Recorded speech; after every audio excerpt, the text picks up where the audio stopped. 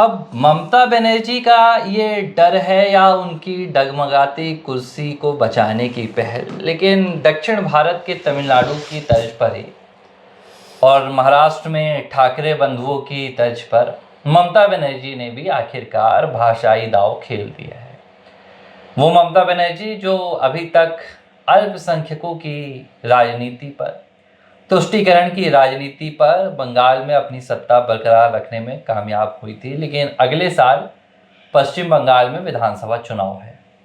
जिस लिहाज से पिछले 3 कार्यकालों में ममता बनर्जी की सरकार ने भ्रष्टाचार के बड़े बड़े कीर्तिमान लिखे, कानून व्यवस्था हाशिए पर जा पहुंचा, जिस लिहाज से पश्चिम बंगाल में ममता बनर्जी की तुष्टीकरण की राजनीति सामने आई, अब ममता बनर्जी एक नया दांव खेल रही है। आपको मैं याद दिलाऊं विवेक भाई, 2022 का ये दौर था, 22-23 का।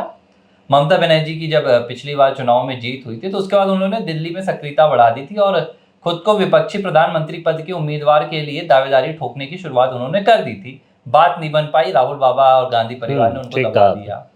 मतलब कद ममता बनर्जी का यहाँ तक पहुंच गया था। ये मैं 22 की बात कर रहा हूँ, 21-22 की। अब आप देखिए कि अब क्या हो रहा है।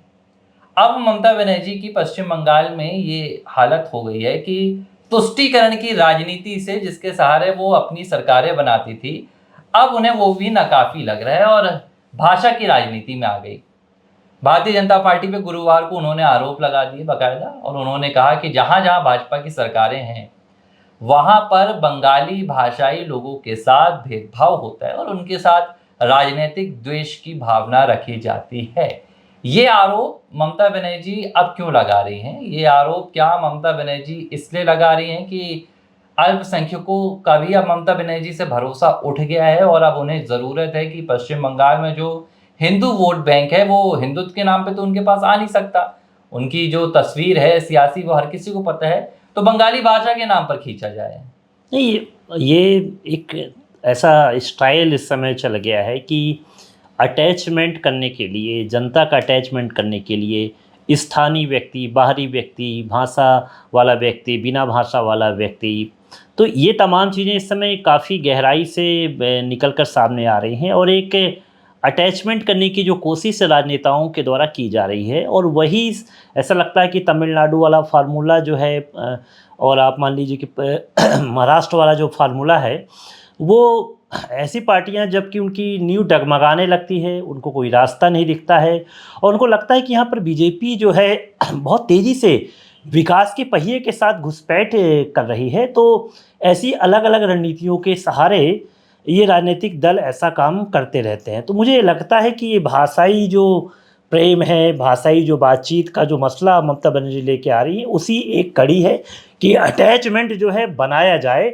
क्योंकि आप देखेंगे कि कार्यकाल दर कार्यकाल जो ममता बनर्जी की कानून व्यवस्था बदली है, पूरी तरह से चेंजेस आए हैं, जिस तरह से लगातार कानून व्यवस्था के मामलों पर फेल हुई है ममता बनर्जी की सरकार पश्चिम बंगाल में, उसके लिहाज से मुझे लगता है कि एक नई रणनीति के तहत अब पश्चिम बंगाल में एक कहानी निकल कर सामने आ रही है। और उनको लगता है कि जो विकास के डेवलपमेंट के जरिए बीजेपी पकड़ मजबूत बनाती है और जो सर्वहारा वर्ग के लिए काम करने का मादा रखती है बीजेपी, वो अगर अपनी रणनीति के तहत आती है, और आप देख सकते हैं कि जिस तरह से डेवलपमेंट हुआ है, उस डेवलपमेंट में जो गति दिखाई है मोदी सरकार ने, उस मोदी सरकार की तीव्रता, विकास गति से सभी लोग काफ़ी चिंतित भी हो गए हैं, खासकर विपक्षी दल।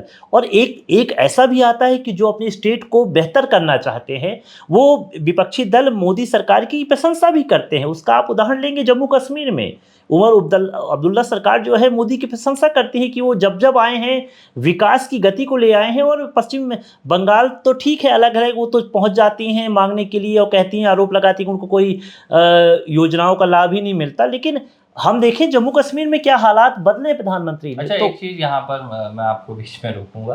राष्ट्रवाद बनाम क्षेत्रवाद, भारतीय जनता पार्टी राष्ट्रवाद की बात करती है। भारतीय जनता पार्टी जब भी बात करती है तो देश की बात करती है।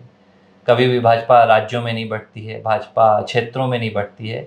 तो क्या विपक्ष अब धीरे धीरे, मुझे ऐसा लग रहा है कि कार्ड ढूंढने की कोशिश कर रहा है कि भाई अगर हर कोई राष्ट्रवाद की इस रास्ते पर चलने लगा, हर कोई राष्ट्रवाद की राह पकड़ लेगा, तो इस लिहाज से तो भारतीय जनता पार्टी हमारे लिए कुछ बचने ही नहीं देगी।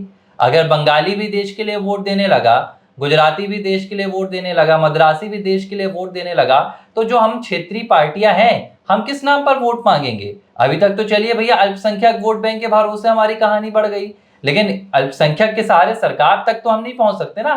थोड़ा वोट बैंक तो हमें दूसरा भी चाहिए, हिंदू वोट बैंक भी चाहिए।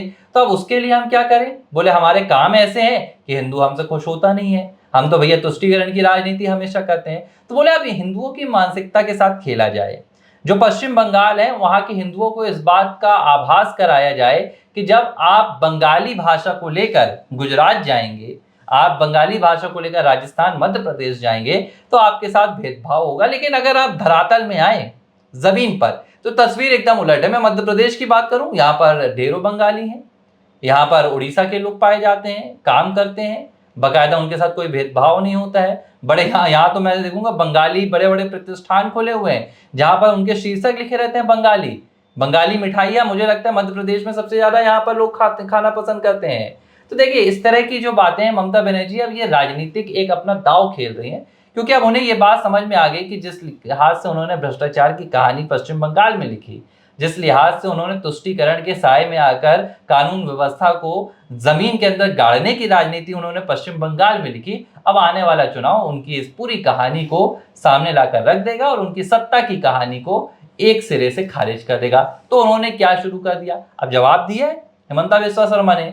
उन्होंने कहा कि जो बंगाली भाषी असम पहुंचते हैं, वहां पर हमने कभी किसी के साथ भेदभाव नहीं किया, और जबकि उनको असम की संस्कृति में ढाला, वो आज असम के लिए भी काम कर रहे हैं। तो ये ममता बनर्जी की एक चाल है कि आप दिमाग से निकालिए, जब तक राष्ट्रवाद का बीज किसी भी राज्य के किसी भी नागरिक के दिमाग पर रहेगा, वो आपकी ना तुष्टीकरण की राजनीति के जाल में फंसेगा, ना आपके क्षेत्रवाद की राजनीति के जाल में फंसेगा, ना आपकी जो एंटी मोदी राजनीति उसके जाल में फंसेगा। इसका एक ही उदाहरण पूरा जो मैं कहूँगा कि विपक्ष ने निकाला है कि काट ये है कि क्षेत्रवाद में फंसा हो। देखो, मैं आपको एक बहुत ही अच्छी बात बताता हूँ कि जो भाषा का विषय है, ये राज्य का विषय नहीं होता है, ये विषय होता है केंद्र सरकार का विषय होता है।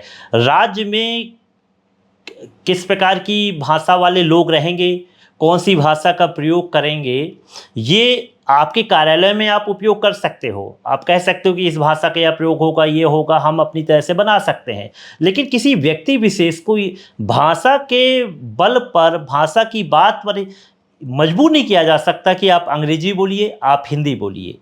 आपको जो सहूलियत है आप बोलिए, और सामने वाला व्यापारी है वो समझेगा तो आपके साथ करेगा। व्यापार में जाते हैं, कार्यालय में जाते हैं, किस तरह से जाते हैं, सभी की सुविधाजनक। अगर ऐसा होता तो आप हाईवे पे देखिएगा, ऊपर देखिएगा, कहीं अपन विदेश में जाएंगे तो आप देखिए हिंदी भी मिलती है, वहाँ अंग्रेजी भी मिलेगी, अन्य भाषा में भी लिखा मिलता है, क्योंकि अन्य लोग भी वहाँ पर आते हैं जिससे कि समझें। आप रास्तों पे देखिएगा चिन्हांकन होता है। तो भाषा विवाद तो ये आपने जो कहा कि ये जो अटैचमेंट और एक जो पूरा एक अलगाव करने की जो कोशिश, अलगाव के जरिए वोट बैंक को खींचने की जो कोशिश की जा रही है, ये पूरा जरिया है। और बीजेपी जो है समझिए, बीजेपी जो है, आपने कहा कि राष्ट्रवाद की रणनीति को लेकर चलती है। राष्ट्रवाद तो ठीक है, वो तो सभी के मन में होना चाहिए, लेकिन राष्ट्रवाद से ज़्यादा बढ़ के विकासवाद है। हम विकासवाद की ओर बढ़ेंगे। विकास तब होगा जब हम न भाषा से भेद करेंगे, न जाति से भेद करेंगे, न धर्म से भेद करेंगे, न लिंग से भेद करेंगे। तमाम चीज़ों को दरकिनार करते हुए सिर्फ हम विकास की बात करेंगे,